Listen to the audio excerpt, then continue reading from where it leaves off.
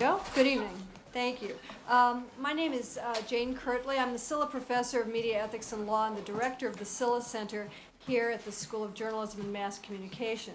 And on behalf of the Silha Center, it is my pleasure to welcome you to our annual Spring Ethics Forum, Getting the Picture, focusing on the ethics of cameras in the courtroom. The Silha Center is a unique resource on media law and ethics issues. SJMC graduate students and law students conduct research and write and edit the Silha Bulletin, which is published 3 times a year. The bulletin is accessible online, and printed copies of the most recent issue, which, interestingly enough, the cover story is Cameras in the Courts, are available on the table just outside the auditorium.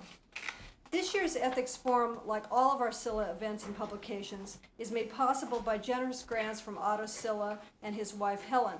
Additional support this year was provided by the University of Minnesota School of Journalism and Mass Communication and is also co-sponsored by the Minnesota Pro chapter of SPJ, the Society of Professional Journalists. So I would now like to introduce SPJ's President-elect, Amanda Tyson, to give the welcome for SPJ. Thank you, welcome. First of all, I'd like to thank Jane and the Silha Center for co-sponsoring this event with us. It's a really important issue that we as an SPJ board feel is pertinent to coverage of journalism and making sure that the public gets the whole picture of what happens in the courtroom. For those of you who don't know what SPJ is, it's the Society of Professional Journalists. It is the largest broad-based journalism organization. We represent more than 8,000 journalists around the country and the world in all media: newspaper, print, radio, online, magazine, freelance, TV, radio, all the spectrums. We have both college and professional chapters. There is a chapter here at the University of Minnesota, so if you are a journalism student and you are not part of SPJ, I highly recommend that you join. They do a lot of great events. This is, ethics is a big thing that we advocate for: freedom of information, professional development, diversity in journalism. We do programs and advocate on issues covering all those topics. So if you're interested in becoming a member of SPJ, if you are a professional, you can see me after the event. We have information on the table outside as well, membership forms. We have our code of ethics outside, so you can see what we stand for when we do cover events and news in the community. If you're interested in becoming a member of the student chapter here at the University of Minnesota, I believe Alyssa Anderson, the president, is right over there. So you can see her afterwards. Like I said, it's a great organization to be part of if you are considering journalism for a career. And again, thank you for attending tonight's event. We hope you get a lot out of it. Thank you. Okay. The U.S. Supreme Court has ruled that the press and the public have a First Amendment right of access to criminal trials and a common law right of access to civil proceedings. The High Court has also said that cameras in and of themselves do not violate the Sixth Amendment right to a fair trial.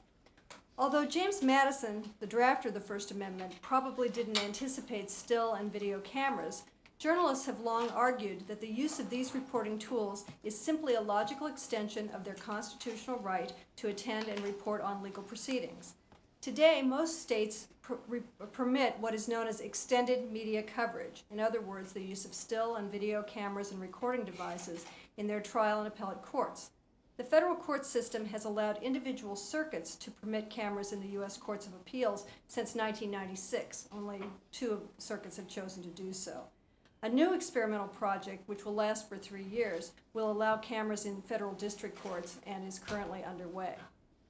But the state of Minnesota has lagged behind, or if you want to put it another way, has taken a more cautious approach than is the case in most other states.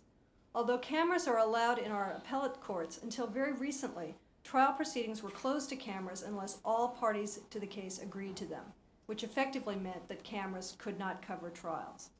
After protracted deliberations by an advisory committee, last year the Minnesota Supreme Court authorized a 2-year pilot project to permit cameras in most civil trial proceedings.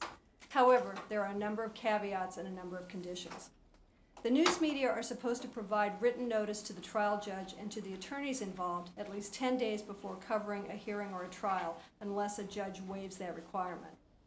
They are also expected to contact the designated media coordinator, whose job is to facilitate interaction between the courts and the electronic media. Coordinators are also required to keep track of all requests and notify the Court Information Office when they receive them. to explain the local practices and logistics to the news media, and to resolve practical issues such as how cameras and microphones will be pooled. Cameras are barred from all criminal proceedings and are also not allowed in child custody, family law and juvenile proceedings, petitions for protective orders, and several other types of cases. Now that still leaves a lot of things to cover, at least in theory. But limited resources mean that the news media must make judgments about which proceedings are most worthy of coverage and which ones are most worthy of their time and resources. After getting off to a very slow start, a handful of proceedings in Hennepin, Ramsey, and Stearns counties have been covered with cameras, both print and broadcast. Tonight, we want to explore a variety of questions. How is the pilot project going? What challenges are the media facing? Are cameras changing the courtroom dynamic? And what role will citizen journalists play in covering the courts? And specifically tonight, we're going to be looking at the special ethical issues that arise when journalists bring cameras into the courtroom. We have an excellent panel with us tonight to discuss these topics, and in alphabetical order, not in the order in which they're seated. Hal Davis is team leader for public safety, which means he directs courts and crime coverage for the St. Paul Pioneer Press. He did similar work for the Dayton Daily News, was an associate editor at the National Law Journal, and covered trial and appellate courts in Manhattan for the New York Post. He also has coordinated with the Murphy News Service here at the School of Journalism to ensure that cameras are in the courts in the metro counties. Joan Gilbertson is a senior news producer at WCCO TV in Minneapolis, where she writes and produces the 6 p.m. newscast, which is why she just came dashing in a few minutes ago. Previously, she worked for CBS News in New York and Tokyo. Joan is the only TV journalist currently working with cameras inside Minnesota courts. Gary Hill is Director of Communications at Community Action Partnership of Suburban Hennepin. Previously, he was Director of Communications for the Minnesota Senate Majority Leader. But more to the point, before that, he was the managing editor at KSTP-TV in St. Paul and also served as the chair of the National Ethics Committee of the Society of Professional Journalists. Caroline Palmer is the staff attorney at the Minnesota Coalition Against Sexual Assault and has previous experience as pro bono development director at the Minnesota State Bar Association, executive director of Legal Corps, and as a staff attorney at the Minnesota AIDS Project. She was a policy fellow at the Humphrey Institute in 2009 and 10, and also covers the arts as a freelance writer. And finally, Abby Simons covers Hennepin County District Court for the Minneapolis Star-Tribune. Prior to joining the newspaper in 2008, she worked as a newspaper reporter in Iowa and in Missouri, both states where cameras are allowed in trial courts. So we have a lot of experience here with cameras, both in our nascent experiment and also in cameras in other states. In just a couple of minutes, Gary Hill is going to share with you a video that he's put together of some camera coverage of a very high-profile case that occurred in Wisconsin just a few years ago. But before I turn it over to Gary, I wanted to say just a couple of things. Some of you may be aware that we advertised this program as including a judge, and indeed, up until about 2 hours ago, we had a judge who was going to be with us tonight.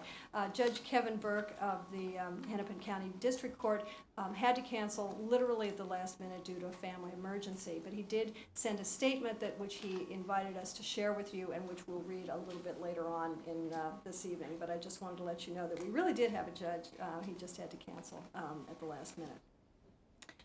So I'm going to draw upon two British quotations to kind of start our discussion tonight. And it may seem kind of odd to be talking about British quotations relating to cameras or to the courts, but of course our system of justice is derived from English common law.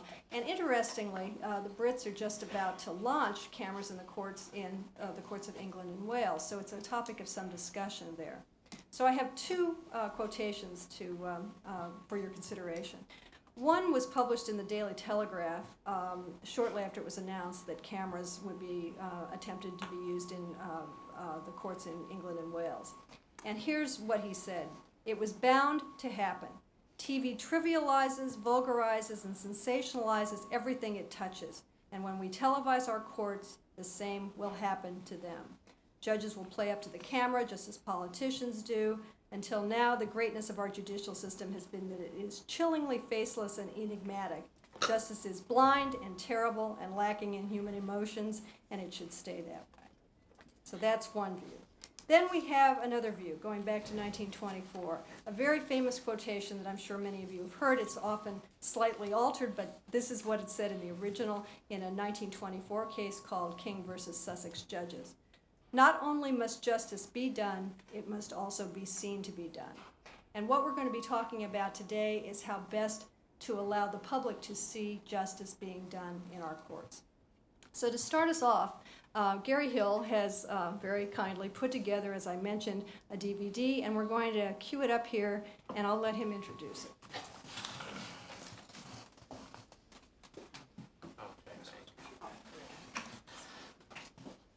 As Jane mentioned, this was a very celebrated murder trial that took place in September in 2005 in Wisconsin. And it's notable in a couple of different ways. The murderer, Chai Vang, was a St. Paul resident who was hunting in the Hayward area, and there was a confrontation with a group of white hunters, of which he shot 8, 6 of whom died. And because it was in Wisconsin, Wisconsin for decades has had cameras in the court. And the judge followed the usual guidelines and allowed 2 cameras in, one with a camera operator at the back of the court and the other affixed a camera that was remotely controlled from the front of the court so you could get both angles, and of course the whole thing was wired for audio as well.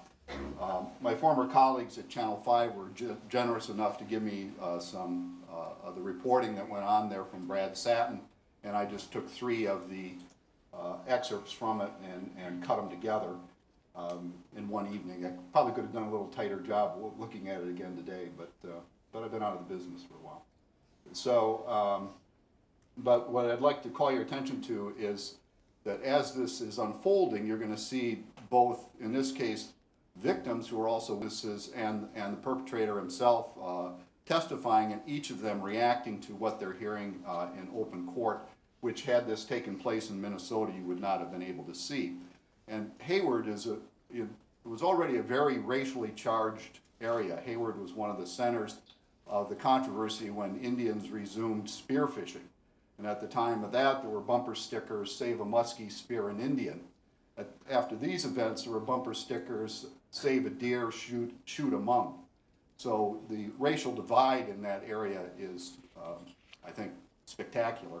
And something like this, I think, would argue that being able to see what actually happened and see justice being done helps diffuse some of that, but obviously not all of it.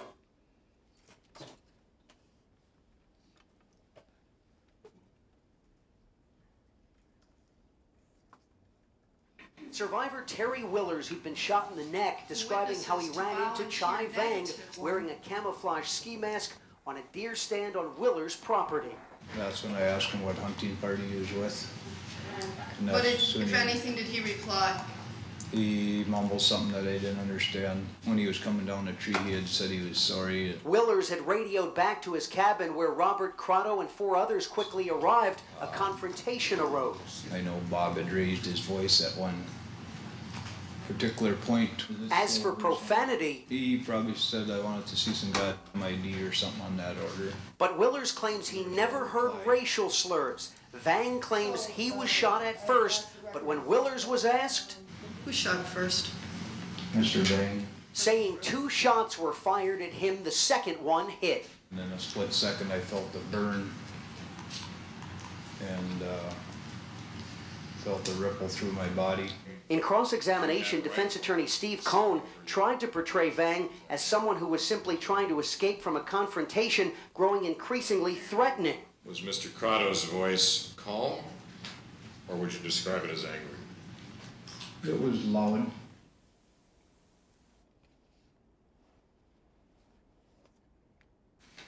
49-year-old Lauren Hesbeck taking the stand describing how he says Chai Vang opened fire on him and 5 others as they encountered Vang on private property. The gun went off. We were like rats scrambling, trying to figure out what to do. Like 2 shots and then a slight hesitation and rapid shots. He fell backward but quickly came to, then tried to help a seriously injured Denny Drew. He said, Lauren, I'm hit bad, I'm gut shot, can you help me? Assisting him, he then went to Mark Roy. As I walked up to his body, I looked around and I saw a wound on the side of his head that was just kind of oozing blood. Next, he ran over to Terry Willers. And when I pulled his collar back, the blood was just spurting. I stuffed my fingers in it. And I asked Terry, can you get your hand up here and push as hard as you can? Then he returned to Denny Drew. He asked me to give him the last rites, which I didn't know. About then, he says Vang came back. And I heard the words, "You're not dead yet," coming from the area. Then 1 or 2 more shots were fired at him but missed. Hesbeck then found Terry Willers' gun. And then did you take a shot? I took a shot.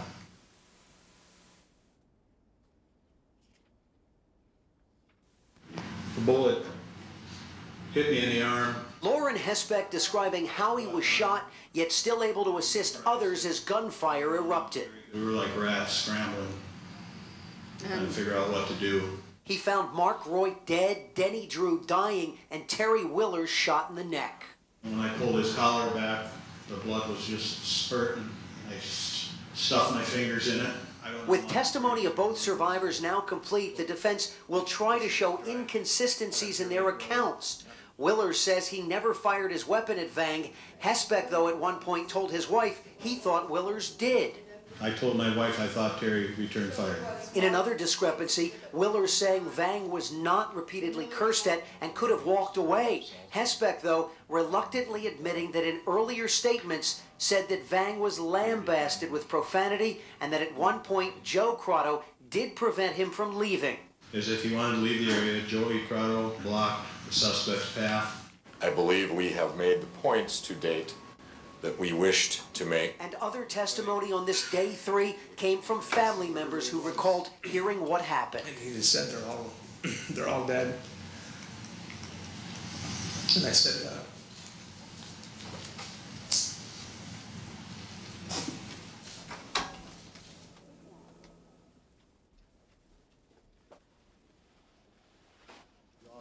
Chai Vang taking the stand, explaining how he got lost, climbed a tree stand to get his bearings, was confronted by Terry Willers, who then radioed back to his cabin, and within moments, 5 other hunters showed up, including Robert Crotto. He pointed at me and said, "Why you on my sound stand? Why the you on my sound stand?" Then he says the remarks turned racial. "Do you know you are trespassing 400 acres of land, you dang?" And he said, "I don't have to put a signs on you." Mr. Crowder also said, "If you're Asian keep coming to my land, I'm gonna kick your Asian."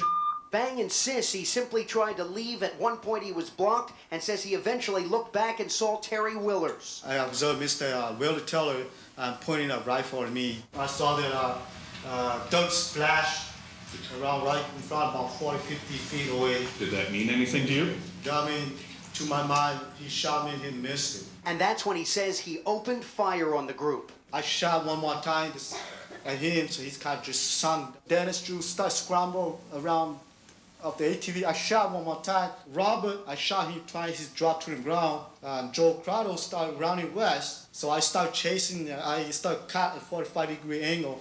Started chasing again, another 10 yards, and I started shot him one more time. I saw Mr. Lauren Hesbeck still standing between the ATV and the bushes. As he looked at me, I said, "You're not dead yet?" I raised to my chest and shot one more time.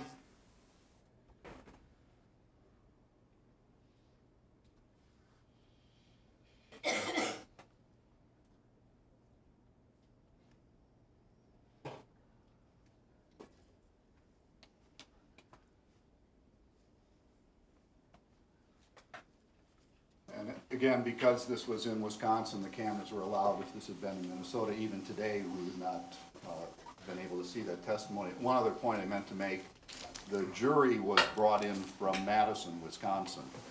The trial was held in the area where the killings took place, but the jury was brought in from Madison.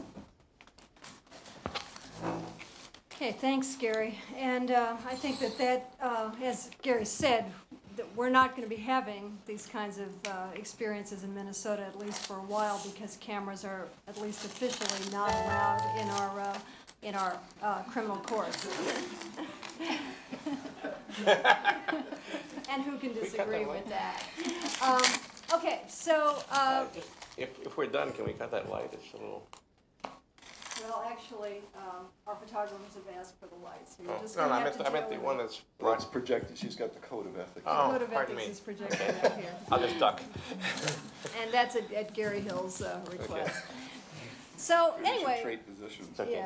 yeah, having watched that sequence, there were a couple of things that kind of occurred to me as raising potential media ethics kind of issues. And I was wondering, Gary, since this is your DVD, if you wanted to talk for just a second about what, if any, media ethics issues you saw from that coverage. Well, the two biggest things that leap to mind for me is, in the Code of Ethics, you'll see the broad heading, seek the truth and report it. And that would argue that you want those cameras in there so the public can see for themselves, rather than having a reporter and art cards describing the events in the courtroom. But you have to balance that against the minimize harm and the potential harm, continuing harm to the victims if being forced in public court to testify to embarrassing events would further increase the damage that was done to them as being victims of crime. In some cases, I would argue here that these individuals who survived, it was their day in court to see justice done. But there are many criminal cases where the victim is not in that position.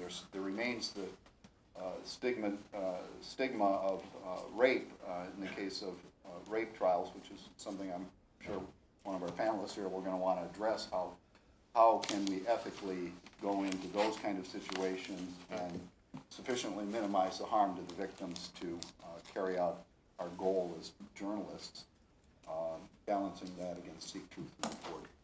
Okay. Anybody else have any observations? Yeah, I did Work notice. down the line. I did notice that one phrase used by one of the victims was, "We were rats scrambling." It got repeated, I assume for emphasis. It was introduced and then it came in the context of the testimony. But that does raise a question about how you edit testimony and present it, and whether or not it distorts or minimizes harm, which is because one of the minimize harm platforms is balance a criminal suspect's fair trial rights versus the public's right to know. And speaking of sort of the editing, the judicious editing that obviously any journalist other than somebody at True TV that's doing gavel-to-gavel coverage has to do, you had an anecdote about an experience you had in New York with that. Yeah, there was a trial. I covered trials in New York for about 15 years. And for 10 years, 1987 to 1997, cameras were permitted at trials in New York State. That proviso expired in 97. And there was a murder trial taking place in Westchester County, which was my former coverage area, and I dropped in on this murder trial. I wasn't covering it. It involved a woman named Carolyn Warmus. It was sort of a fatal attraction type murder case. She was being tried for the murder of her lover's wife. And the trial judge was being extremely careful about the defendant's rights during the TV coverage. And at one point, he directed that the TV coverage, if they were going to show any testimony, only show it in the sequence in which the testimony was given in court. Obviously, there would not be gavel to gavel, but it raises questions about how you edit a video of testimony. If, for example, there was a Perry Mason moment at the end of one day where the defendant or a witness said, "Yes, I committed the murder," that was the most important moment during that day of trial. Under that judge's proviso, you could not just show that immediately. You'd have to lead up to it, depending on what else happened in the course of the day. I don't know if the judge's jurisdiction actually extended to telling the TV reporters how they could edit their video. I don't know if the TV stations ever challenged it. But that question does arise because, as a print journalist, I would lead with the most important moment in the trial. And so a question arises also whether or not the inverted pyramid form, where you give the most important thing first, would also be potentially a distortion of what happened in court. It raises questions that don't always get answered. Abby, do you have any thoughts on that, since you've been doing a lot of camera coverage both here and elsewhere? Take everything you guys just saw with that Tri-Band clip, all of it, which I'm not a TV editor, but those were extremely long clips because they spoke for themselves. Now, imagine all of that boiled down to a reporter in 2 minutes explaining to you what happened. which would you rather see? And how would that reporter describe Chai Vang? Animated? How would you describe the survivors? Emotional? How would you even describe how Chai Vang was dressed? Did you guys see that? Now, which would you rather see? There's no question that the best evidence of what happens in the courtroom is the actual testimony. The question is how you present it in a way that's fair to everybody involved. I'm going to skip over Carolyn just for a minute and ask Joan, as someone who's actively involved in cameras in the courtroom, if you have any reflections on what you just saw. Well, I mean, it's hard to imagine being in Minnesota and even getting that far right now, because I'm banging my head against a wall to try and do anything in courts. I've been into 3 courtrooms, and I am still trying and still have not gotten further than that. But in terms of either the Chai Vang clips that we saw or just what you've been working with in covering the civil trials, what kinds of considerations from an ethical perspective do you think about when you're making these kinds of editing decisions? Because obviously you're not going to show all the footage that your crew is producing, right? No, there's not time.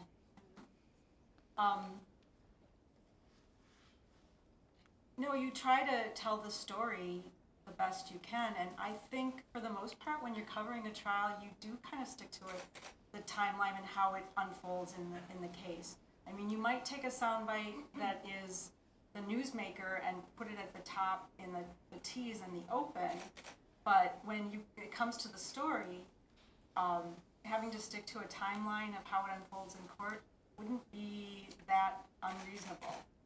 And when I see that and think about taking cameras into a courtroom, you know, there are a lot of times when we are shooting stories that we make agreements to not identify certain people or you know, conceal a witness or a victim, and you know, it's something that is part of the ethical decisions that the mainstream media deals with every time they're doing a story. And I don't think that the courtroom is really any different than out doing a regular story. And Carolyn, that brings me to you, because one of the things that I had asked you to think about was obviously what your concerns institutionally are about cameras in the courtroom, but how those concerns differ from concerns you might have about just general reporting as it exists today, with either print or broadcast media not having cameras in the courtroom but still covering the kinds of trials that are of particular concern to you. Well, the position that the Minnesota Coalition Against Sexual Assault took from the very beginning of this issue was opposition to cameras in the courtroom. And as the rules process went through the courts and they narrowed down the types of cases that would be covered, we were glad to see that. But we also still had concerns because even though certain cases such as sexual assault would most likely not be covered under these rules, we worry that a victim might see a trial on TV and not know what the rules are. And so they may see a civil case and wonder, if I came forward, would the same thing happen with my criminal case? And so we recognize that there's some public perception here that we need to deal with. And when it comes to sexual assault cases, you have a trial in a courtroom, and often you have trial in the court of public opinion too, and that's a pretty harsh courtroom sometimes for victims of sexual assault. There are very high-profile cases that people are aware of, such as the Kobe Bryant case, for example, several years ago. And victims are aware of how these cases are portrayed. And I, am very pleased with our local media. Who do a great job of not identifying victims, being careful about reporting. But still, sexual assault is an underreported crime. There are many reasons why people are afraid to come forward. The victim's credibility is often challenged. And so we are concerned about public perception when they're seeing trials on television. The one thing I would say, though, that could be a positive in all this is many of you have probably heard of something called the CSI effect. People believe that what they see on CSI is the way things work in the real world, that you can take a DNA sample and it'll come back right away. your evidence is processed right away and you can just go straight forward with a criminal case. Cases take months and months and months to move forward. There could be some value in educating about what this really looks like, but again, our concerns are before we get to that place, we want there to be more public discussion and education about what victims of sexual assault go through. Can I just say though, most people see court coverage happening in the states next door to us and all across the country, and I would argue people in Minnesota have no idea that they're not allowed here. It's not until you say, you know, I can't take a camera into a courtroom here, that they say, oh, I never thought about that. Well, because they think that we are, because they see court coverage everywhere all the time. They have no idea that it's not here. Well, I guess I would say just part of the discussion sexual assault advocates might have with a victim who's coming forward, and this is before they've even reported it to police and gone through the process. When they're considering whether to report, one of the first things they're going to ask is, am I going to have to testify? So they're just worried even about having to testify. And sometimes they are asked, you know, am I going to be on television? You know, how is this going to come in the media? And it is something that they think about and are concerned about. And, you know, right now we can say, no, these types of cases aren't televised. And that's something we can continue to do as this process moves through the pilot system. And education, I think, is going to be really important. But it is something that does come up for victims. Is the potential chilling effect that could happen to sexual assault victims worth completely eradicating the public's right to see what goes on within these courtrooms, especially when they do have education from you to help them? I mean, that's the question. It's a really tough balance, and I want to say that we definitely, and we'll hear Judge Burke's comments later, we work very hard to improve the court system response. We work collaboratively to do so, and I think ultimately we would love to see and have more opportunities for people to understand how the court system works, and we do really believe in the transparency of the process. We're just not quite sure if we're ready there yet. And I think maybe this is where we can work together with the media to talk more about education, about sexual assault, and you know, maybe there's a way in the future that we could address that. There's a great advocate locally named Patricia Francisco Weaver. She's a survivor of sexual assault. She's very adamant about being out there about these types of cases. She doesn't want victims to be in the shadows anymore. It's a controversial issue within the community. It's also an issue within journalism. The practice of the Pioneer Press is not to identify sexual assault victims unless they consent to it. That wouldn't change if we had a camera in the courtroom. There are editors. Geneva Oberholzer is one of the prime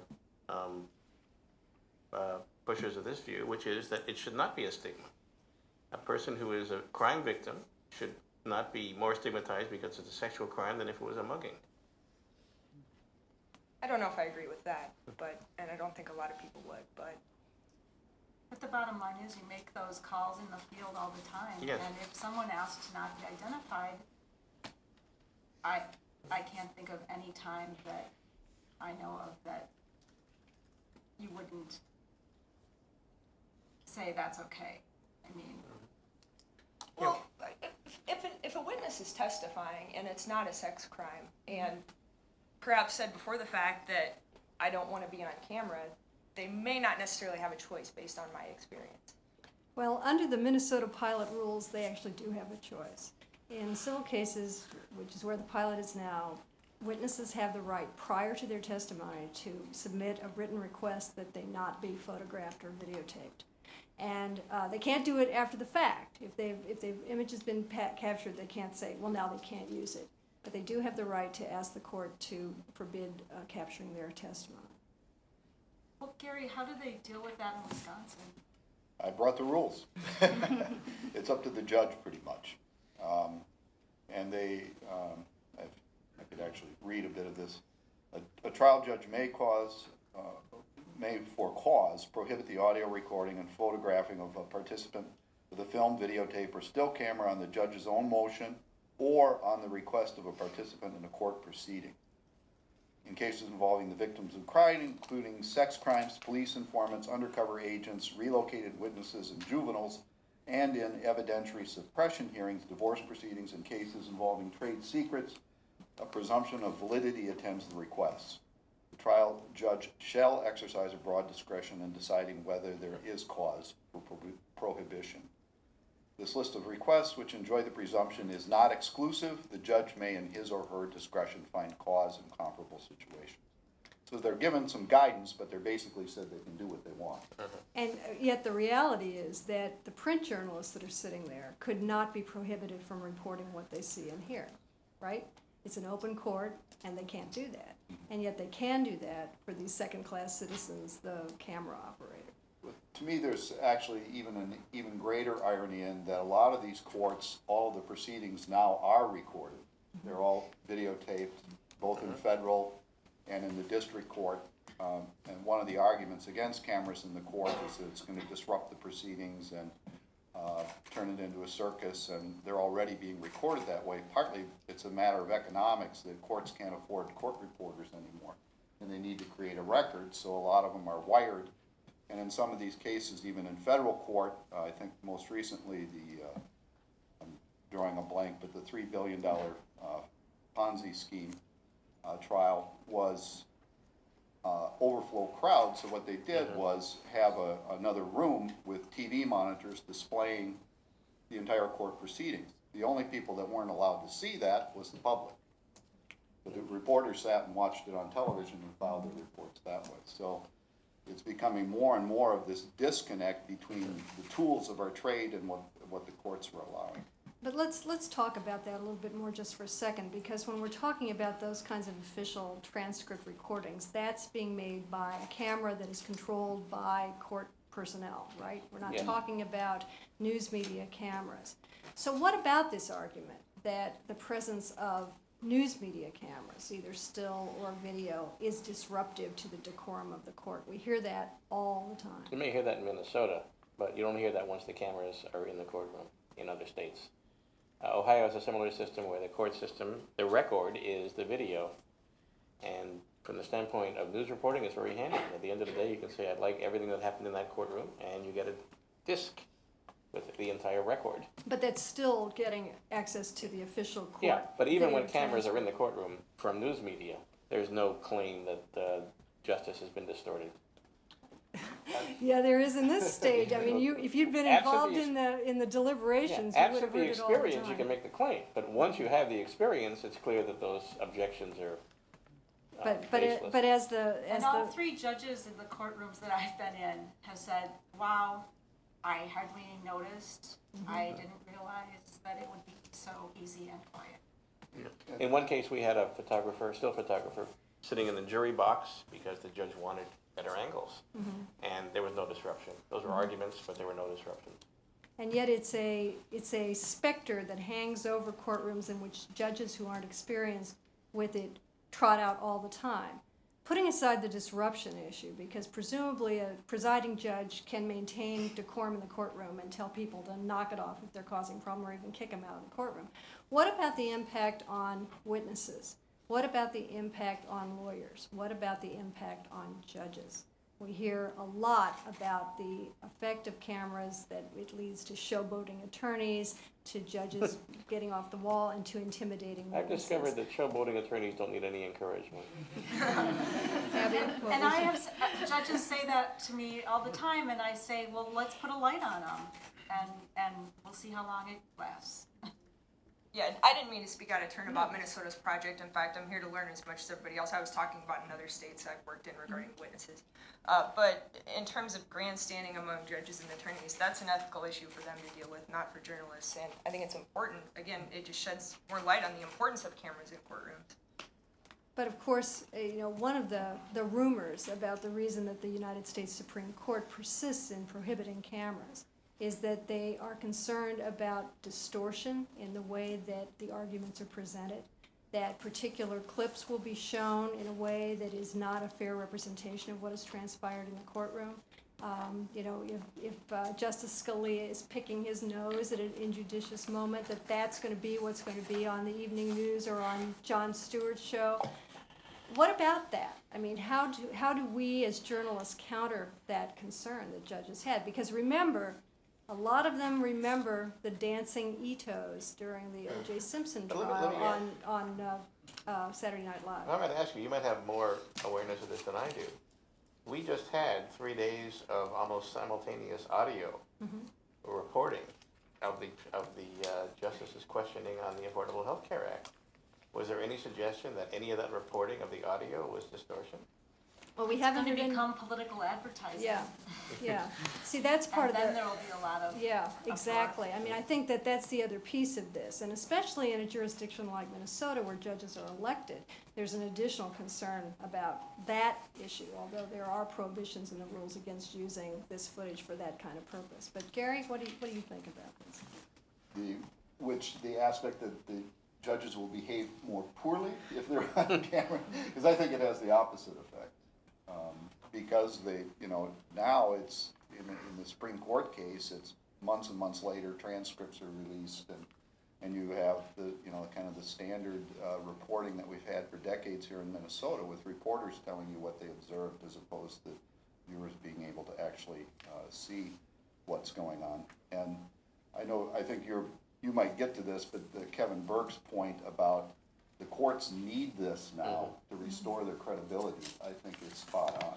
Well, yeah, I mean, probably without, postponing this, I should read Judge Burke's comments because he was kind enough to supply them to us. He says, "I start from the premise that cameras in the courtroom are a right of journalists. When the Founding Fathers determined open access to courts was an essential part of our democracy, they gave no thought to when or how to restrict possession of quill pens. Today, television is a dominant force in how we get our news, and the camera or tape recorder, in the case of radio, is the modern-day equivalent of the quill pen. I'm encouraged by the fact that the Minnesota Supreme Court has authorized the camera pilot, but frankly discouraged that the issue has come to this point. Camera coverage of court proceedings is part of the journalistic fabric of the vast majority of states. Our neighboring states of Wisconsin and Iowa have had cameras for decades. There is no valid evidence that any of the ills people speculate will occur have occurred in those other states. Because of that history, I am very skeptical that anyone opposed to cameras will actually change their mind as a result of the pilot. Although I've long thought that allowing cameras in the courtroom was the right thing to do, I now fear that it is among the imperative things we must do. Our nation is now quite divided about how and why judges make their decisions. The Washington Post and ABC poll this week shows a majority of Americans think the United States Supreme Court will decide the Affordable Health Care Act based upon political or partisan reasons, not from analysis based upon the rule of law. The Roper polling last August showed 75% of the American public thinks, to a significant or moderate extent, that judges make decisions based on personal or political reasons. A similar percentage believe judges make decisions based on their desire to be appointed to a higher court. In essence, the legitimacy of judicial decision-making is being called into question. I believe the issue is serious. I don't think it is as simple as blaming the judicial election or selection process. And I do think we need a frontal assault of the eroding sense of legitimacy or trust judges have with their communities. Transparency, which cameras are a part of, is an essential part of that effort. Surely our democracy is better served to allow the people of Minnesota to see their courts in action rather than to have what occurs misreported or twisted by Nancy Grace or others like her. Which actually leads me to a question that I think is always behind the surface here, which is that several of you on this panel, and even Caroline, have alluded to the fact that cameras in the courtroom serve an educational function. They help to restore public trust. They help to ensure that the public holds courts to account. Is that putting too much baggage on the news gathering process? Isn't the role of journalists ultimately just to report the news? I guess one thing I would say is, yes, reporting the news is important, but I think also providing context is helpful too.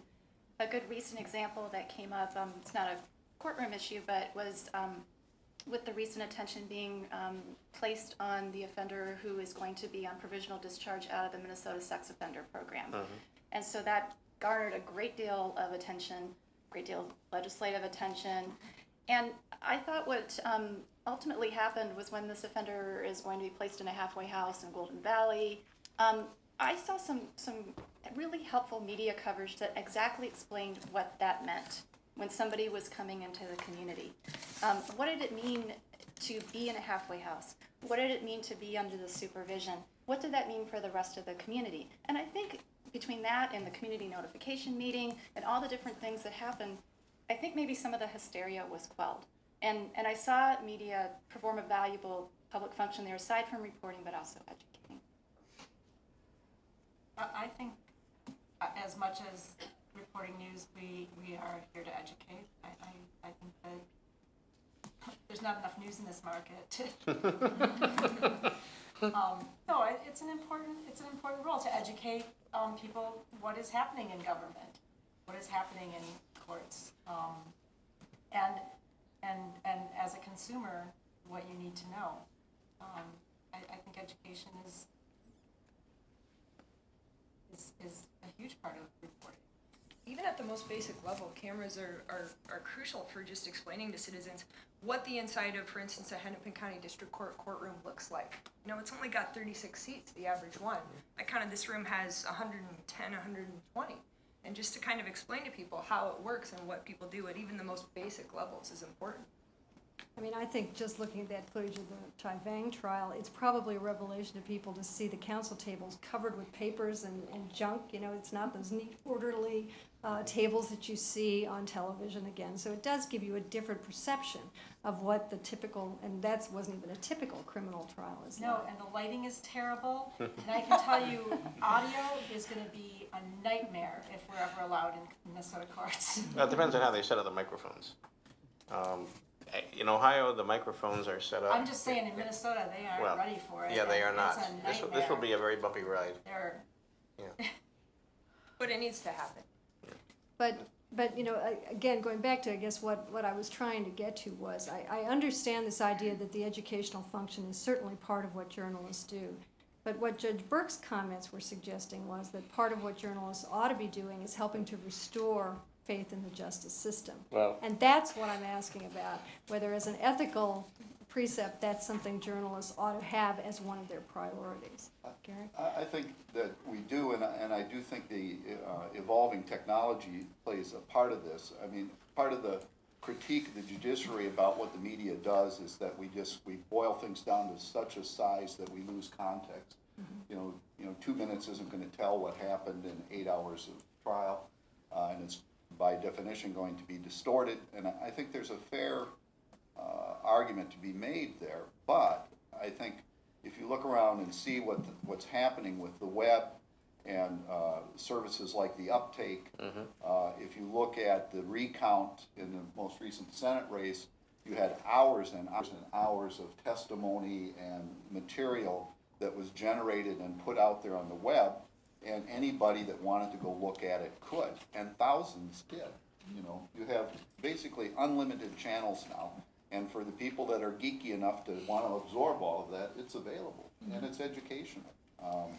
And I think that, you know, at the end of the day, the partisans on both sides wanted to make that recount out to be something that it wasn't, and they weren't able to do it because the people that were following it saw what happened. And that's an educational function of the media, even if it's so-called citizen journalists that are performing. If we're going to have a fact-based judicial system and a political system, it's good to have a camera in the courtroom. It's the best evidence of what happens in the courtroom. And restoring faith in the judicial system, well, that's the judicial system's activities will decide whether or not the populace has faith in it. We're reporting what they do.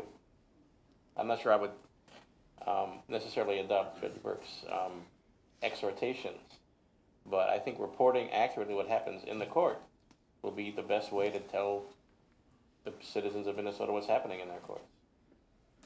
Gary, you mentioned citizen journalists, and that's another topic that I think we ought to consider. The reality is that in many courts, although I'm not sure how much it's happening in Minnesota courts, but in courts in other states, judges have been permitting journalists to come in and to live blog or to even post tweets, to use Twitter, to have live reporting from the courtroom, which is really, you know, a new phenomenon, because even in the states that allow cameras in courtrooms, I think live coverage is still relatively rare. Live broadcast coverage is relatively rare. And so you can have real-time reporting using social media.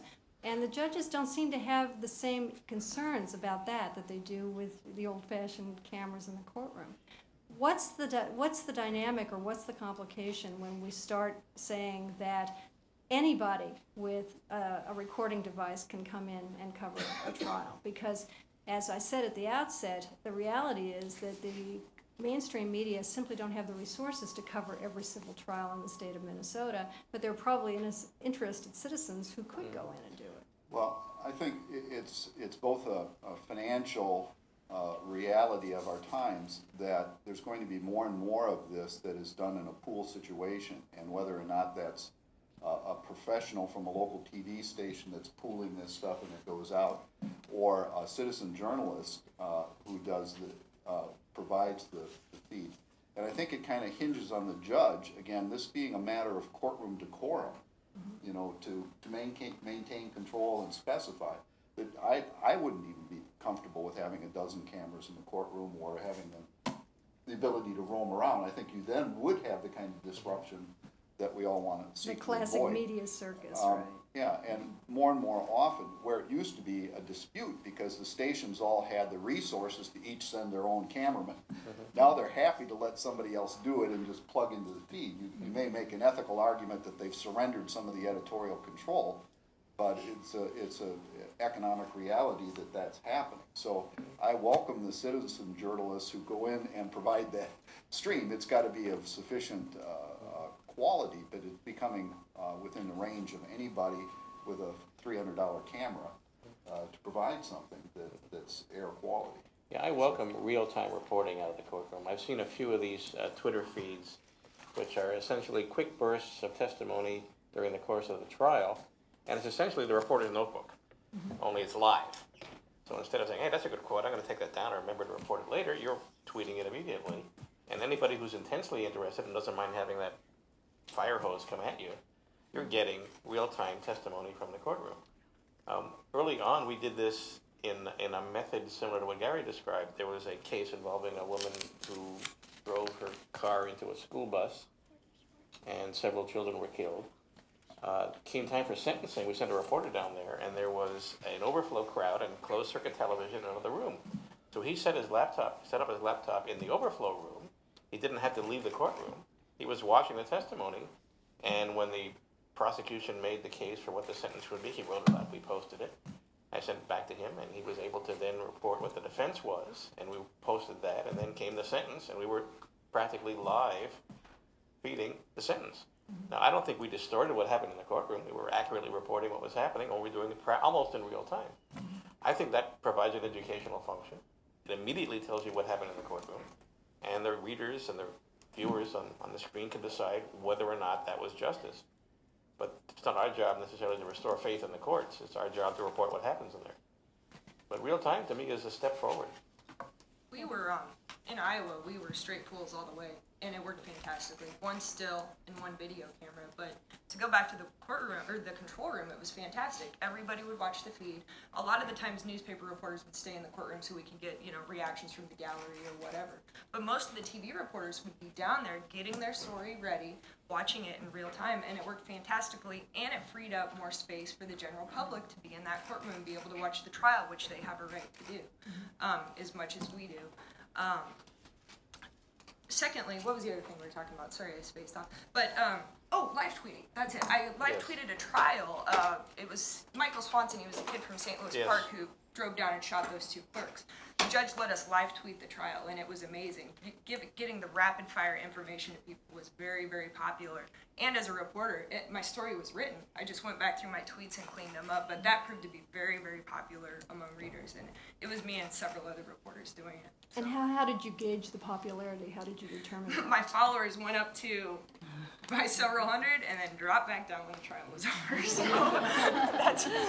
and they were asking me questions during the trial, so I was actually responding to their questions, which was great because people did have procedural questions, and that was a direct way that I knew I was explaining to them how the system worked and what was happening. So. Did you have any trouble getting permission to do that from the judge? No, as a matter of fact, the Des Moines Register reporter who had been covering it since jury selection, I just saw that he was doing it, so I started doing it too. So he'd obviously taken care of it, but I think even the judge, computers were clocking through the whole trial, and we never got any problems. So again, it's judge's discretion probably. Right. But as far as, to go back to distractions, when you've got one video camera and one camera clicking, even much quieter than the one we're hearing now, which I'm sure everybody's tuned out by now, really lowers the distraction level in a courtroom, even a small one. Yeah, as for the educational thing, we have comments after our online stories, and with the Amy Sensor hit and run case moving toward trial, I monitor the comments, and if somebody says something that is a query like, we bet she won't say a word at trial, and at which point I say, no, she doesn't have to say a word at trial. The Fifth Amendment gives her the right of silence. The prosecution has the burden of proof. So in that sense, it's also educational, as well as keeping track factually to make sure that commenters are not necessarily offering factual statements that are not accurate. I have a concern about the citizen journalists and the fact that, you know, if you just start letting any kind of camera in, someone who's not trained ethically as a journalist isn't going to be able to, you know, follow the rules that are set up because they just ethically are not committed to covering things as a journalist, like not showing the jury or a victim or something like that.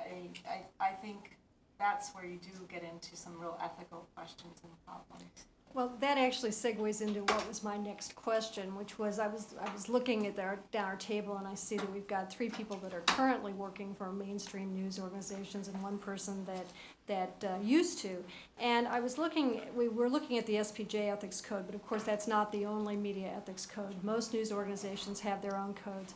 But another group, the Radio, Television, Digital News Association, has a code of ethics. And one of their points is to say, carefully listen to employees who raise ethical objections and create environments in which such objections and discussions are encouraged. And I wanted to ask whether the camera's experiment has engendered ethical discussions in your newsrooms, either for the print or the broadcast media, or is it just the assumption that everything's just going to go along just fine and we don't need to address special issues having to do with cameras? Well, I work in a newsroom where people have worked in states that allow cameras because almost every state does, and they say how they're so shocked when they come here is the main thing. And you know, most TV stations have a court reporter, and you wouldn't find a court reporter in a TV station in Minnesota. So, you know, And yet your station is sending reporters in now to cover the courts, right? Didn't you just say that you've gotten cameras into 3 proceedings here in Minnesota, and you don't have a court reporter? So what kind of ethical advice or training is that reporter getting before he or she goes into the courtroom to cover? Well, it's me. Yeah. And it's only me. And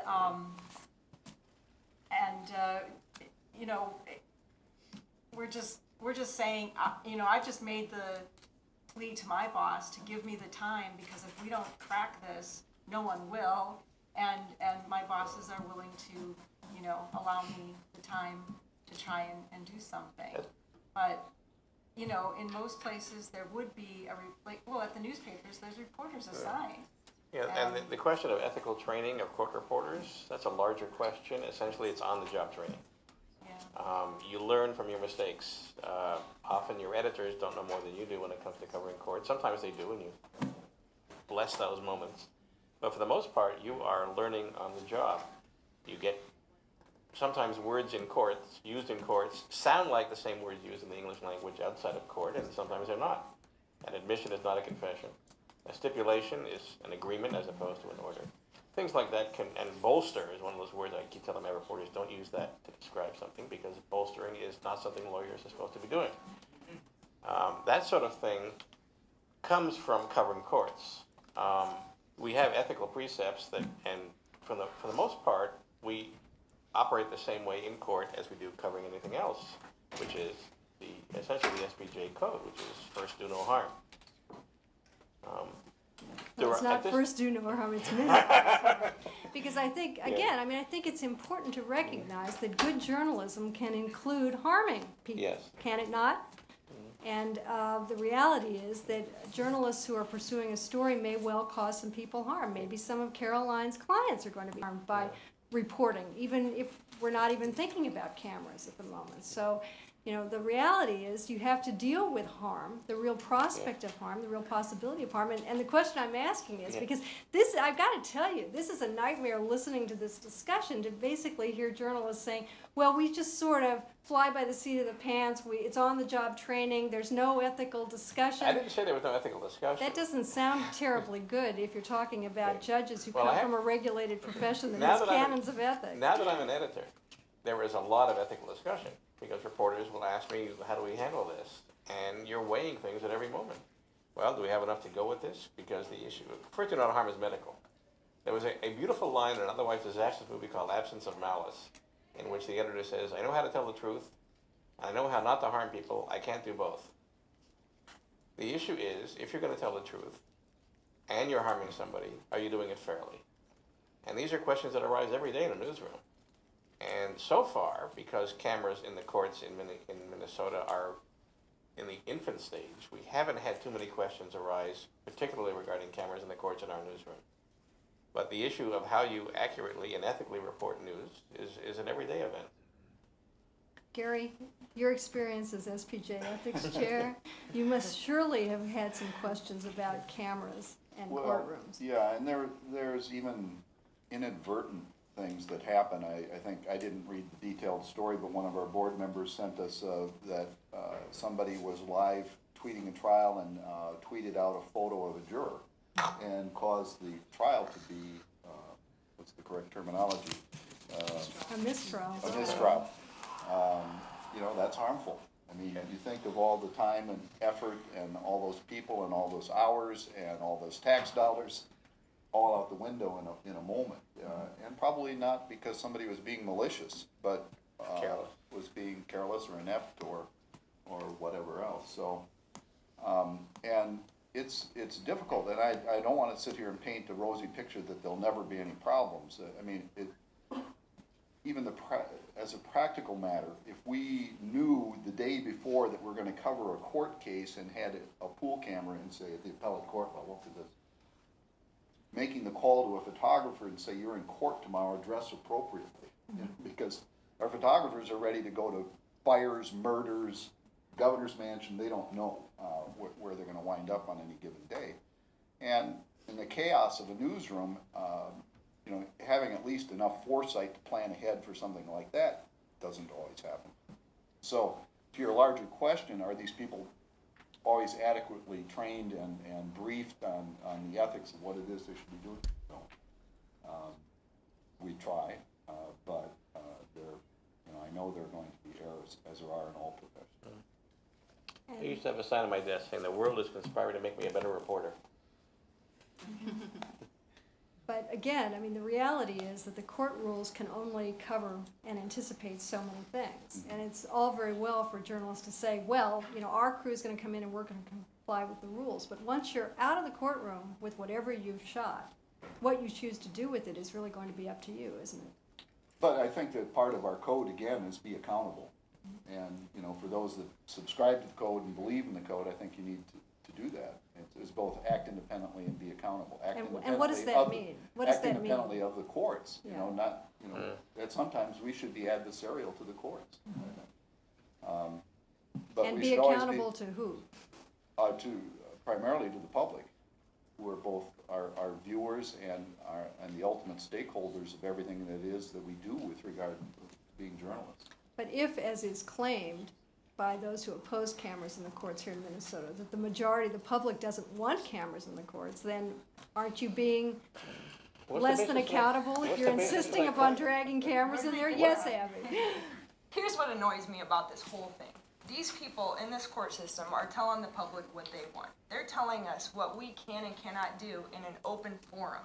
And more, every single day, these open forums are being treated more like private forums. Private rooms. And beyond not shooting a jury, being sensitive to sexual assault and other crime victims, frankly, we should be able to do whatever the hell we want in there. That might be going a little far. But in Minnesota, probably. These are public. It's because of that idea that courtrooms are not public forums, is because we're still stuck on this, forgive me, kind of wimpy pilot project that should be much stronger. Everybody around us has moved from this. I was shocked when I moved to this state. Courtrooms, a friend of mine, much smarter than me, said these are historically gathering places where Yes. people gather. The last 3 trials I've covered, I've had to get there an hour early to make sure I can get a seat because there's so much public interest in these trials. The public has a right to see these. And frankly, to hear someone from on high saying, the public doesn't want cameras in the courtrooms, bull. I call bull. How many of you guys don't want cameras in courtrooms? Might be a self-selected audience. I mean, forgive me for getting indignant, but it's ridiculous. I It was really going is. to ask, what is their basis for that claim? Look, I share your indignation, but I also had the dubious pleasure of testifying before the Supreme Court when it was considering this pilot project. thank you. And being told that it didn't matter what the Iowa experience was or what the Wisconsin experience was because it's different. in Minnesota. We are special here in Minnesota. And did you say on what grounds? I mean, We crave our ignorance. It is. We're dealing, and I think Judge Burke's point is well taken. That the very fact that this pilot project basically has to prove itself based on some criterion that we have yet to learn suggests to me that the probable outcome here, at least for those who advocate the presence of cameras, is not going to be a good one. No matter how good a job the media do. Not to mention that it's limited to civil proceedings, which carries its own difficulty. Well, and I had a lengthy conversation with one of the judges and, went on and on about how important it is to get the cameras in the courtroom and what an important thing it is. And I said, and do you ever think, and maybe criminal will try next? Oh, absolutely not. Never, never going into criminal courts here in Minnesota. Well, and I will say from having been at the initial testimony at the courts, it's one of the few times that the public defenders and the prosecutors stood together and not want to see cameras in the courtroom. Some shared reasons, different reasons, very much were opposed to it at that time. I guess the one thing I would want to throw out is, what I've been asked is, okay, how do we let people know that only these certain kinds of cases are going to be televised in order that victims would be assured? And I haven't heard yet, how would courts and the media be letting people know? This is the piece that I'm concerned about. Well, I will tell you that it is our practice to put in a story when we do not identify a sex crime victim, that it is our practice not to identify sex crime victims. We say that. In fact, on one occasion, in fact, it was a Hennepin County case involving a sentencing of a child molester. The victim, as well as his father, testified, and we chose not to identify the father, so as not to identify the son, and we spell that out. Right. We do it each time we do that sort of reporting. So if How you are televising... How do you tell a victim that they fill out a police report and that, it's not going to be made public and the newspapers are going to report everything? They do know when they go into the system, privacy is gone. They know that when they go into the system that they're gonna fall under scrutiny. But my concern is, let's say they see that civil case on trial, and they go, "Wow, I wonder, do they do criminal cases? Would that happen to me?" So I recognize what you're saying, and I've read the articles where you've made the disclaimers.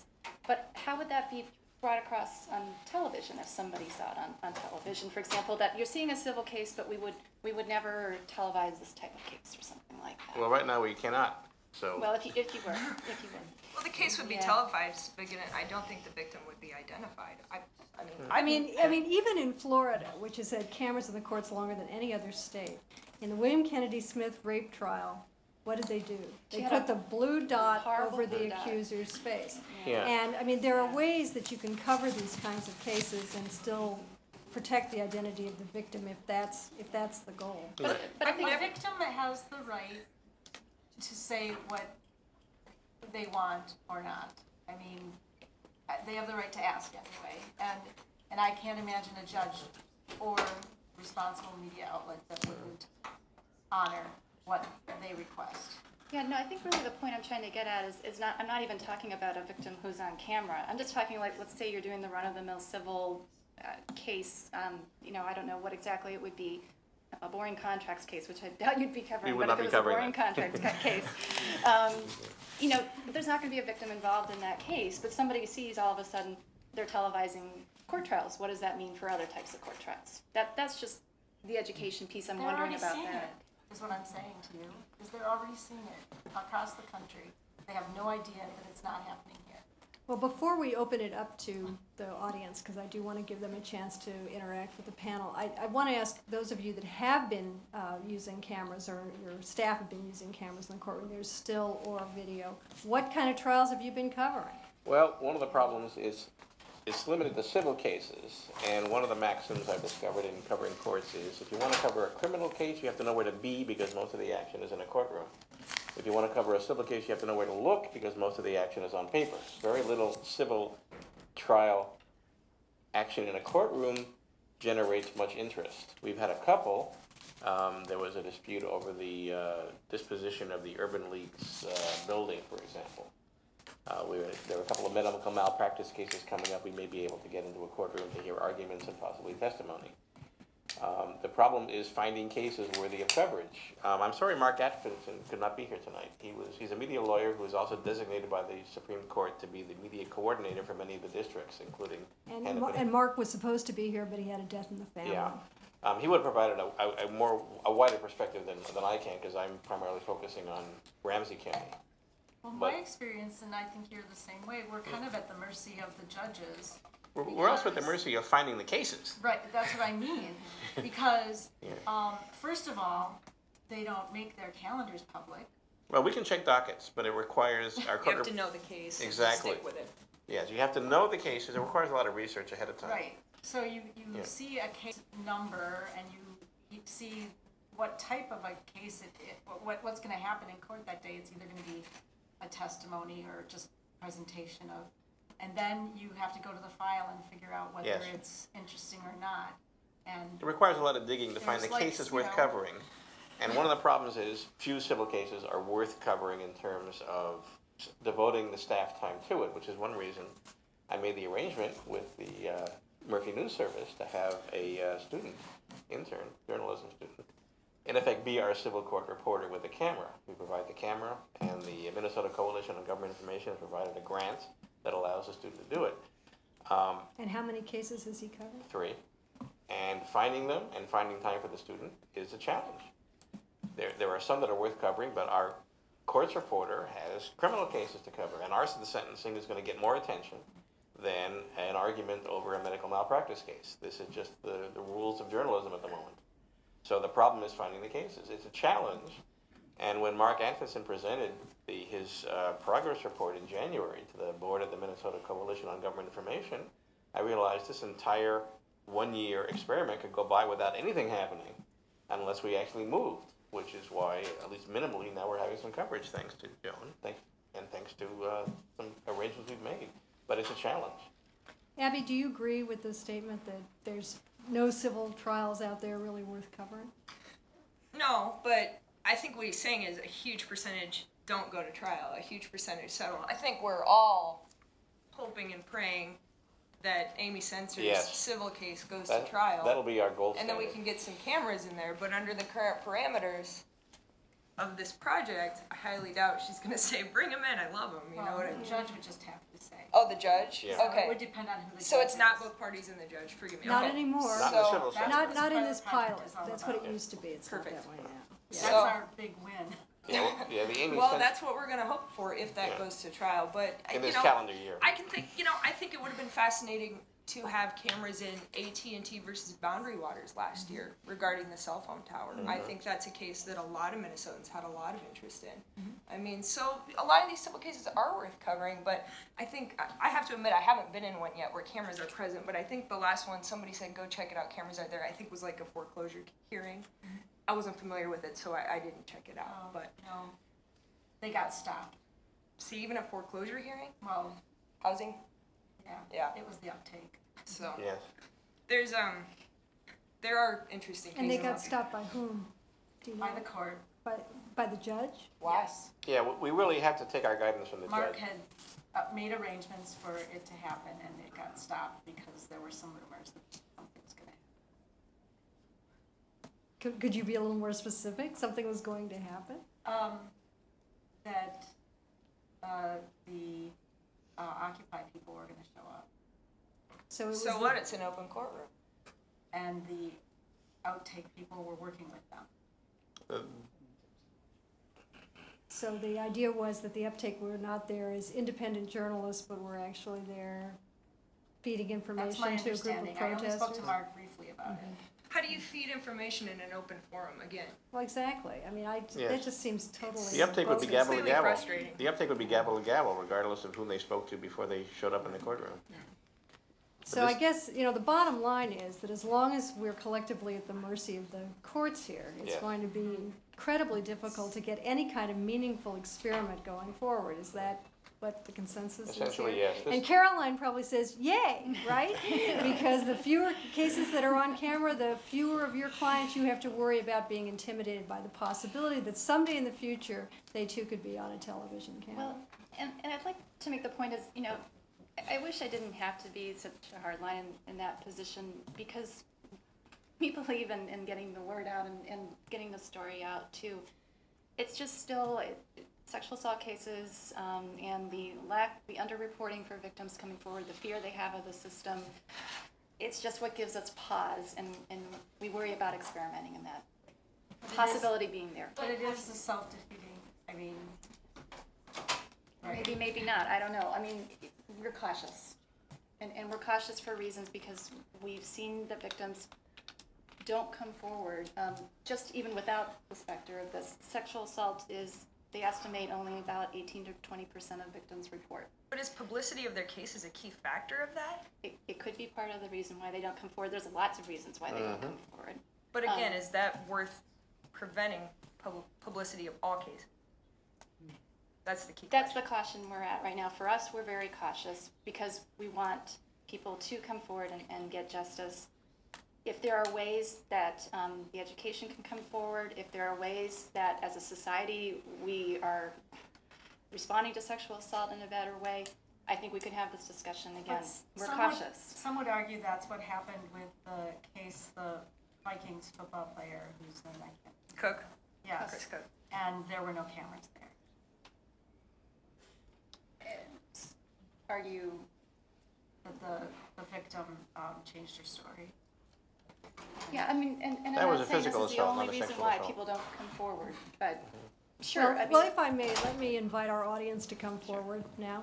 We have a microphone up here. We don't have a camera, but we do have a microphone up here, and I'd like to invite you to come up and ask questions of the panel. There must be somebody in the audience who has a comment or a question. Fred? Hi there. My name's Brett. I'm a PhD student here at the University of Minnesota. I'm from Iowa. I'm from Iowa City. A few years back, there were a string of sexual assaults by members of the Iowa football team. And the trial was televised, and the victims were always blanked out. I think there was no identifying marks. Their voice was changed. And what I'm interested in is going into this idea of citizen journalism. You know, if someone's tweeting, you know, and let's say like there's someone who's very, you know, they're a diehard Iowa football fan, and they think that this woman is guilty of ruining the team. She's not the victim, she's the perpetrator. You know, they're just someone in an open courtroom is just as likely to find her name and release her name as you know as someone who's tweeting it. What about someone who brings in a camera?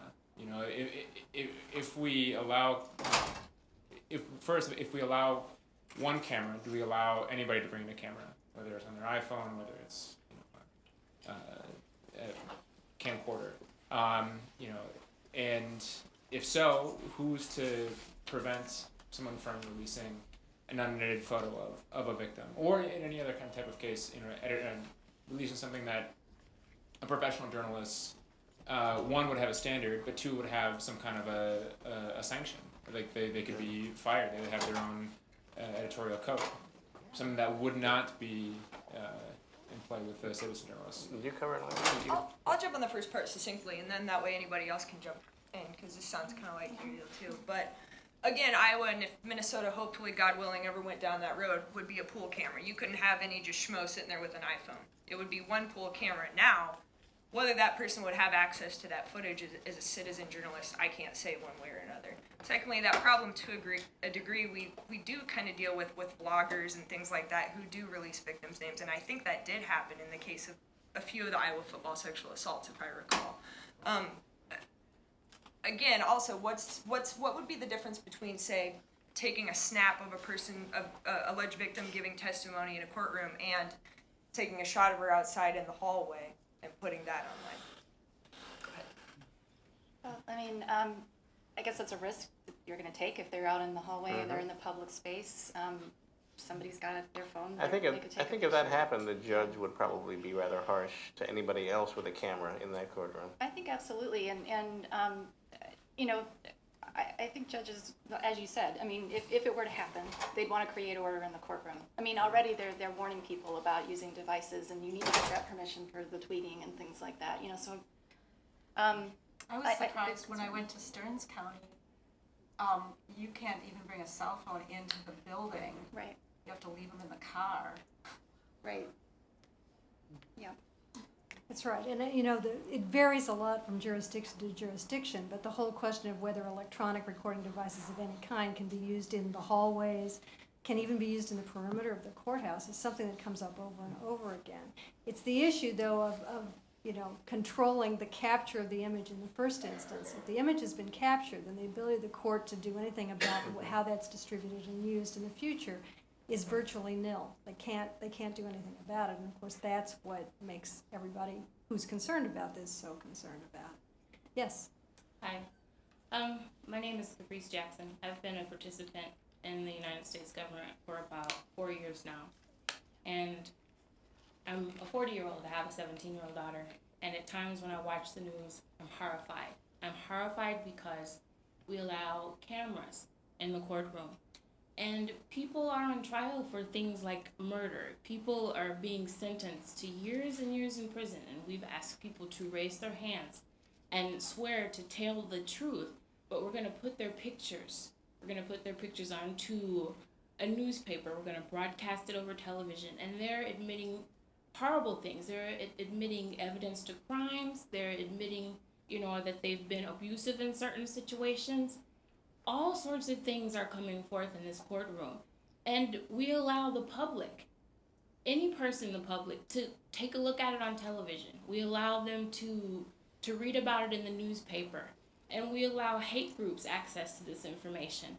And so, you know, even though I'm 40 years old, people expect me to remember a whole lot. But I ask you guys, as newscasters, as participants in the government, was there ever a time when the courtroom was closed and the public did not have access to what went on? It wasn't in the newspaper when someone was murdered. Was there a time when we couldn't turn on the TV and find out about a crime? I wish we could go back to that time. I mean, I wish I could stress, you know, not seeing corporal punishment in other parts of the world, not seeing canings, and not seeing all these horrible things and beheadings and the things that go on in Egypt. All these things are in the news, and you have a group of people who are searching to find themselves, and they're watching beheadings on the news when there's a crime. It just breeds such horrible things. So would you provide a response to that? I'm in opposition of it, but can you provide a response, please? Can I just respond just to one point, which is, was there ever a time when courts were closed?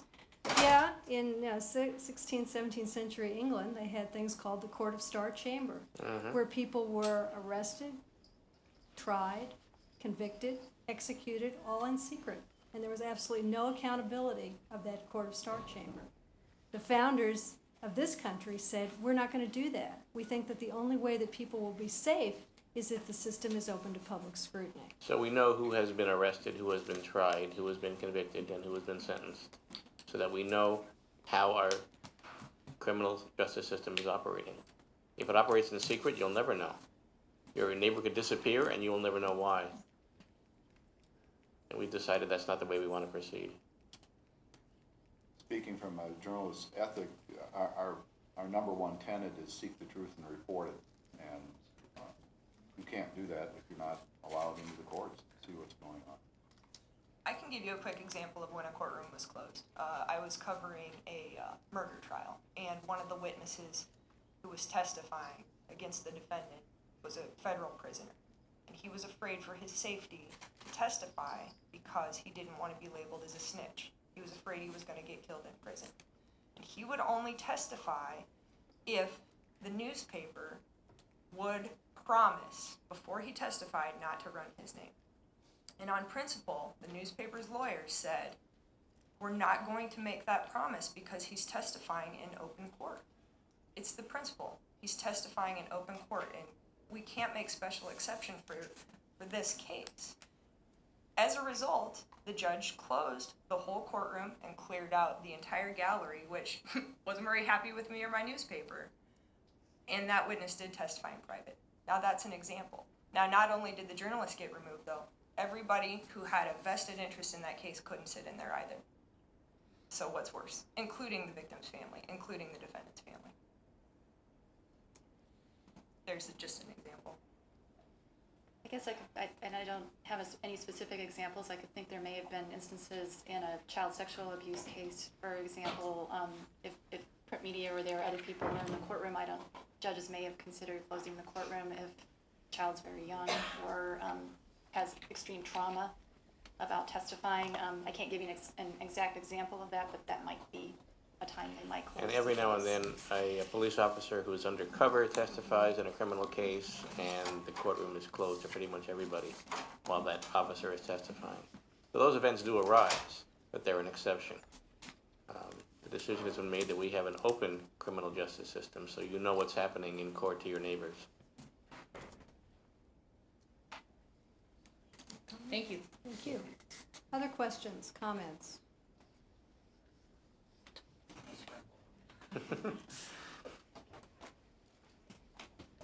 Another Iowan. Yes, another Iowa. I'm not drawing on my Iowa experience to ask this question.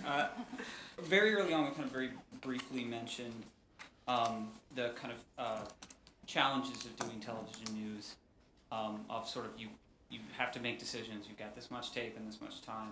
And I wonder whether, essentially, whether and how, if so, sort of covering a court or a trial is any different from any other coverage from, I mean, obviously I'm kind of addressing the question to the resident television journalist, but basically how covering a trial is or would be any different from any other story where you have sort of acres of tape and you need to cut it down in 3 minutes or whatever. Well, gone are the days of acres of tape. We shoot on digital now, and a lot of those things aren't as long as tapes used to be. So, I mean, you are kind of limited. And you know what? If your photographer wasn't rolling during the best bit of sound, well, it's not going on TV. You kind of get some self-editing that way. But, yeah, you do it just like any other story. You go out, you point your camera, and when you come back and look at what you've got, you make a story out. And you have to keep it to a minute and a half. So. Do you see the ethical choices being any different? Sort of what kind of, I mean, is court more important, I guess is kind of what I'm driving at, or differently important than some other kind of story you cover? Well, if you're covering an ongoing trial,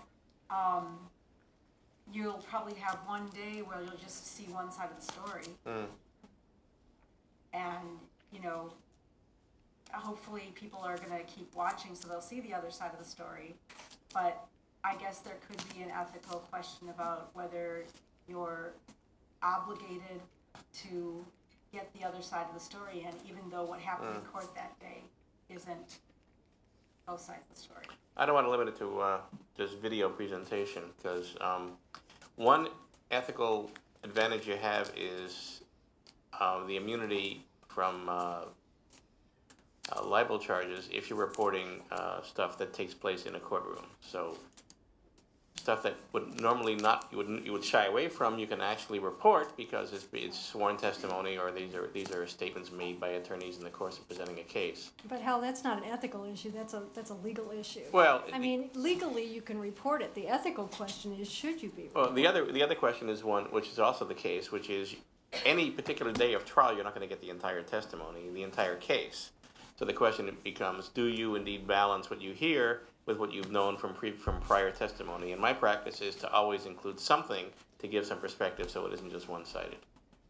I was just going to mention, as a practical matter, and these discussions happen every day in a TV newsroom, is who's got the best pictures, who's got the best audio. And if you're covering courts in Minnesota, you can't say, that would be me, you know, because you're going to have art cards and you're going to have sound bites, people standing outside the court regurgitating what their perspective on what took place inside.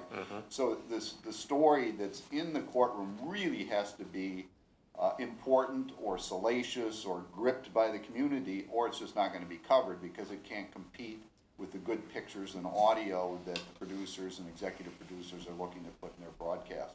So it colors the news judgment, not having that access, and I think distorts the coverage that broadcasters do. I mean, all of you, well, except Caroline, were kind of sort of smacking your lips at the prospect of this trial that might go forward, having to do with the Automobile Act. Oh, the Amy Spencer civil side? We are extremely hopeful that it comes in this calendar year. And I wondered if, for the benefit of our audience, you could articulate exactly why you're looking forward to this prospect. Because of the elements involved, you have essentially a woman who was, in the eyes of many of our readers, wealthy, can afford legal representation of a high sort. They were reluctant to come forward. 24 hours went by before they even notified the police that her car was involved. 9 days went by before she acknowledged that she was the driver. This raises questions in the eyes of many readers about the relative guilt of the defendant based on her activity. The criminal trial will come first, but the civil trial will give us a chance to actually see her on the witness stand. She need not testify in a criminal case, but in a civil case, it's to her advantage to testify. So many possibilities of hearing from Amy Spencer arise in the civil side of things. So you're saying it's a great story. That's exactly what it is. Okay. And is it going to contribute to public education, understanding, and increasing confidence in the justice system? I have discovered that this case is proof where it's necessary, public understanding of the justice system. If there's any case. I have discovered that when you're covering a case that gets a lot of attention, it's a perfect opportunity to explain different aspects of a case. Back in New York, we had civil cases that caught the eye of the public, one involving, terrible names, an actress who sought to suppress nude photographs of her taken when she was 10 years old. The legal issue is whether somebody who was a minor can disaffirm a contract entered into by her parent. Fascinating legal issue. We got around to discussing it on the third day of the testimony because before that it was Brooke Shields. Her mother had her photographed by a photographer. There was one photograph showing a stylized young girl, almost Victorian, sitting on an old-fashioned bathtub looking at herself in the mirror. But the other photograph showed her lying on a silken carpet with lighting that suggested a fireplace nearby. And it took me a little while to realize why this picture was so disturbing. It was a 20-year-old face on a 10-year-old body. And having reached her maturity, her majority, Brooke Shields sought to suppress that photograph. She brought an action in court. And it was a fascinating legal issue, but it was also a fascinating social issue. And the New York Post, where I worked, covered that trial intensely. And the legal issue came up, but frankly, that was a lesser issue. But we were able to explain where she was in the legal universe and what her rights were as an adult seeking to disaffirm a contract entered into by her mother. But obviously the bigger issues were the sexualization of a young girl by her mother in the course of advancing her career. Were the photographs in evidence? The photographs were in evidence. Did you publish them in the New York Post? We did. Did you have any ethical qualms about doing that? I did not, Could you explain why? because it was a fascinating issue that interested our readers greatly. And in fact, it touches on some of the issues that I'm sure some people on this panel deal with, which is the sexualization of young girls. It's a strong issue that also aroused the feminist community in New York. And I was engaging in a lot of discussion with a lot of people in New York from across the political spectrum about the trial. It may have seemed salacious, and perhaps it was, but there were a lot of serious legal issues that we were able to explore in the pages of the New York Post, discussing the legal issues as well. It was an education for me, and I think for our readers as well. Hi, my name's Chris. I'm a senior here at the journalism school. I was just wondering, you guys mentioned that it's on a trial basis for cameras in the courtroom. Yes. What you guys know what the politicians feel about the cameras in the courtroom? Are they generally for it, against it? Depends on the politicians, or. I know the politicians just allowed guns in the courtrooms in Minnesota.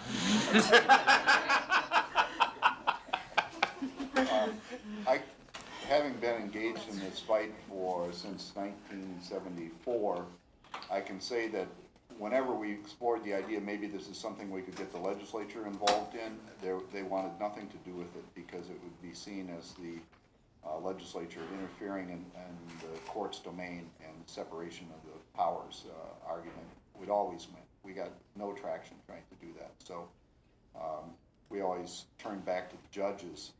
And one of the things that was always surprising to me is the judges control every other aspect of their courtroom. This is one with the previous experiment, which technically I guess is still ongoing. To get into the courtroom, you needed not only the permission of the judge, but the prosecutor and the defense. And there was seldom any case where all three would agree. It would happen once, maybe every 5 years or something like that. So it was not a practical experiment. So it's not one that politicians care to engage because they don't see any profit in it for them. Yeah, it was an extremely rare occasion recently when the Star Tribune was able to get a photograph in Hennepin County Veterans Court. They were not covering a particular case, they were illustrating how Veterans Court worked. That was a criminal court. And they were able to get the judge, the county attorney, the public defender, to agree to have a photograph of somebody standing there before the judge. That kind of cooperation, total agreement, extremely rare. In fact, the Star Tribune's photograph was sort of ran under the radar of our attention until recently.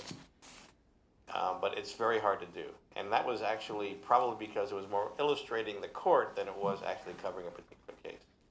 It's surprising to me that the judges have ceded this power to the prosecutors and the defense, and that they don't see that. You know, it should be an element of control that they retain, deciding about cameras. Yeah, and during the experiment involving civil court, the judge has more say than do the party. I will say though, maybe it was 3 years ago, there was a legislator who did bring a bill proposal about cameras in the courtroom. It didn't go anywhere, but he did actually introduce it, and I don't know what his background or reasoning was for And it. periodically, members of Congress have introduced bills into Congress to try to force cameras into the U.S. Supreme Court. In fact, Amy Klobuchar was a co-sponsor of one of the bills that was introduced back in December, specifically to try to get the Obamacare litigation open to cameras. There's a serious question about whether the legislatures have any authority to compel courts to do that. And although in some states it is a matter of statute, it's really court rule that controls whether there's going to be cameras there or not. You all have worked for very reputable news organizations, and I'm wondering if, with the public's sort of distorted view of what the courtroom looks like and how it works, if you're worried that perhaps less reputable news organizations will use that as a factor in how they present what happens, or if we're at all too late to maybe make it interesting. Well, that's kind of what's happening already. That's what Judge Burke said in his statement about Nancy Grace twisting what happens. If a camera's not there to record it and show you what's happening, Nancy Grace can stand there and say anything she wants, basically. But I think the other point that's implicit in what the questioner was saying is that A lot of you've talked today about the standards that your own news organizations have, and that you refrain from publishing things that legally you could publish. But you make the choice from an ethical perspective that you will not do that. And people can agree or disagree with that, but what's motivating you is not fear of sanction. You're doing it because you think that's the correct ethical decision. And I think what the questioner is suggesting is that there are probably other people out there that now have equal access to this kind of material who are not going to have those kinds of considerations. But that's been true since the beginning of the Republic. There have been people reporting on things that are salacious and perhaps accurate, what's happening in court, and the Republic has survived.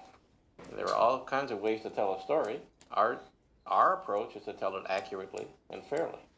Not everybody has the same approach, but I don't think that should change the rules about access to courts.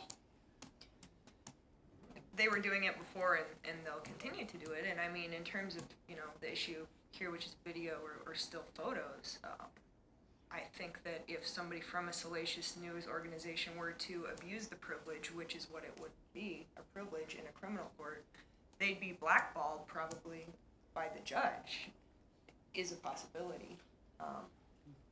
But again, it's an open forum. And it's happened before, and it could happen again, with or without cameras. I mean, again, it goes back to the fundamental reality, which is that judges may be able to control what happens in the courtroom, including whether anybody's allowed to make recordings or not. Once you're outside of the courtroom, their ability to control what happens to that material is very, very limited. So if they're afraid that something bad is going to happen to that material, what's their recourse? Their recourse is to stop you from coming in and making the recording in the first place. That's the conundrum. That's the problem. Did you have a question? Thank you. Great discussion. Two things. It seems like the pilot project is kind of a failed Well, mission. it's not over yet. It's limping along. Yeah, 1 year, and yeah. it just seems like I think it's... flimsy was whippy was the operative word. So just kind of would like to hear comments about that, and what might work better. And then the other one was regards to what state might be the best. And by the way, I'm that legislator that tried to bring this a couple years ago. Pretty much your group hated it, the prosecutors hated it, everybody hated it. And, I didn't. I grew up in media, so I thought it was a good idea, and still do. But, Could you identify yourself, sir? Leon Lilly. I'm a state representative from the East Metro. Thank you. And newspaper publisher.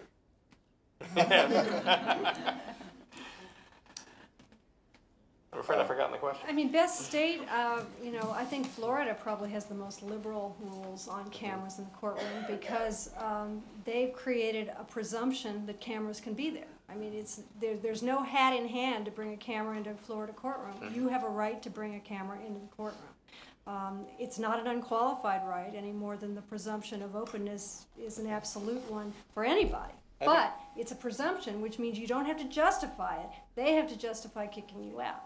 So if I had to pick a state, I'd pick Florida as well. And I think it's worth noting that Nancy Grace made some of her bones based on Florida cases. So. Yeah. Can I make a small jump off point off of that? Sure, of course. How many of you guys were like fascinated by seeing George Zimmerman in court today, right? I mean, the footage of him.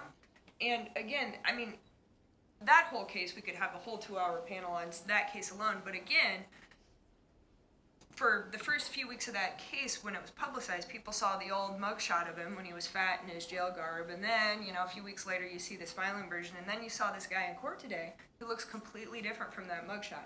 In Hennepin County, in all Minnesota counties for that matter, in criminal cases, on television and in newspapers, you're seeing defendants over and over and over illustrated by a mugshot when they were first arrested. You're seeing B-roll of crime scene tape or still photos of crime scene tape over and over and over and over and over. When these defendants are in court, dressed nicely and often on the stand well-spoken. And again, how are we serving the justice system? How is that painting a fair picture like Judge Burke indicated in his letter? That's just another step to how are we painting a full picture when we're using what is now an inaccurate photo. A lot of these guys have been sitting in jail for a year. They look a lot different. Mahdi Ali was a kid when he shot 3 people in a Seward Market grocery store. He looked a heck of a lot different when he took the stand last fall. We will attempt on Monday when both Amy Sensor and this Backdash fellow will be in court to get photographs from outside the courtroom about what they look like now. It would be much easier if the camera were allowed in the courtroom. And Amy Sensor, all you see is this. Be a lot nicer to get a picture of her at the defendant's table. Because, why? Why would it be nicer? Because it's an accurate depiction of what's, well, not in Amy Sensor, forgive me, because she's out of custody. But for defendants that are in custody, we're not providing an accurate picture of who that person is. We're not providing a fair picture of who that person is. Actually, I don't think custody status should make a difference. We should be able to photograph anybody at any defense table. Well, what I was saying is people are getting a current picture of Amy Sensor because the cameras are chasing her up and down in the courthouse every time, whereas a defendant in custody is coming through the back way and we can't see him. We have no access to a defendant who's in custody. Senator Lilly, getting back to your question a little bit, I could live with the Wisconsin rules very easily. I don't know that they're the best, but it's a workable system and it's been in place for, I think, 30 years. All of the fears that are usually raised by the opposition to this, it's like they have this blind spot. You know, we bring in judges that talk about it's not been a problem for 30 years. None of these issues have arisen. We're able to take care of the victims and all of these other concerns. But it's like we live in this black hole here where the reality of the rest of the country doesn't exist. So. There are no other questions. I would just close with going back to Judge Burke's comment where he said, I start from the premise that cameras in the court are a right of journalists. And I would suggest that it's not a right of journalists, it's a right of the public to see what's going on in the courts that belong to them. And I'd like to ask you to join me in thanking our panel for this great discussion.